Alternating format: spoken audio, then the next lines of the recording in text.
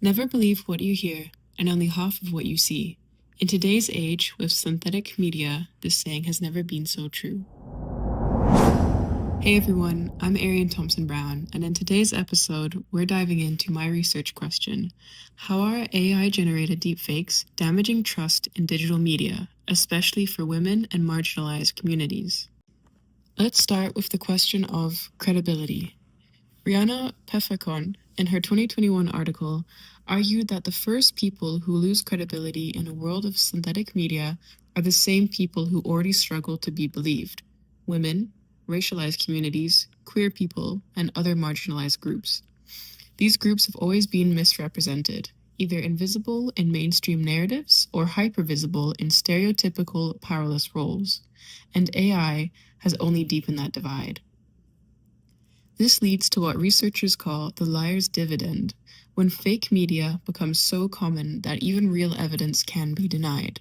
So women and marginalized groups are triple harmed: one, by the fake content; two, by the public disbelief; and lastly, three, by the fact that their truth is now just another claim. The BBC documentary Meet the Women Being Deepfaked into Porn by AI shows exactly what this looks like in real life. Women are being forced to prove reality. Kate Isaacs, founder of the movement #NotYourPorn, explains how these women had no legal protection when deepfake pornography first appeared. They were begging platforms to remove images, they were begging police to act, and they were begging journalists to believe them. A 2025 CBS story revealed that Meta still can't curb the spread of sexualized AI deepfake celebrity images on Facebook. These are famous women.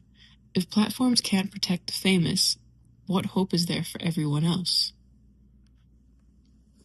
To expand on this research further, we can now take a look at a case study performed by Flynn Powell, Eaton, and Scott, 2025, where they interviewed both victims and perpetrators of sexualized deepfakes.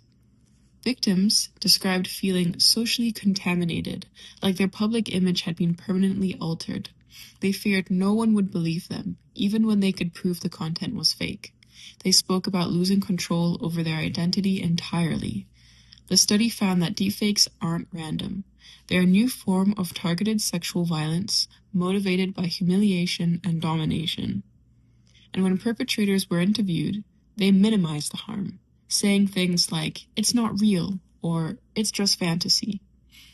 Many were part of online communities that normalized this abuse: Reddit threads, Discord servers, and Telegram groups, where deepfake porn is treated like a hobby.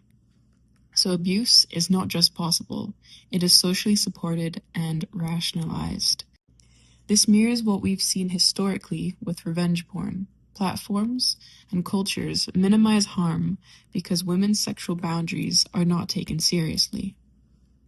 Now, the second study, by Bitten, Hoffman, and Godula, 2025, looked at inequalities in knowledge and attitudes toward deepfakes. They showed statistically that men report higher confidence identifying and understanding deepfakes. Women report lower confidence but higher emotional risk and fear. So deepfakes don't just spread unequal harm, they also spread unequal knowledge about the threat. And crucially, they found the most vulnerable groups were also the least likely to know how to technically verify or fight back. So technology literacy becomes a new class divide inside online trust. Meaning, deepfakes reproduce old hierarchies: gender, race, class, all within a new technological system. Deepfakes don't just damage victims, they can also damage the entire information ecosystem. Journalists, courts, and the public used to rely on video evidence. Now they need forensic analysts, detection labs, and expensive tools to verify content. That creates a new class system around truth. The wealthy can pay to prove reality. Everyone else is stuck in disbelief. And marginalized groups, who already dealt with surveillance, racism, misogyny, now have an extra layer: technological doubt. The more I researched this, the clearer it became. Deepfakes aren't just about misinformation. They're about who gets believed. They're about whose truth matters. Women, Especially women of color, queer women, Muslim women, and sex workers are being hit first. They're being deepfaked first, disbelieved first, and left unprotected first.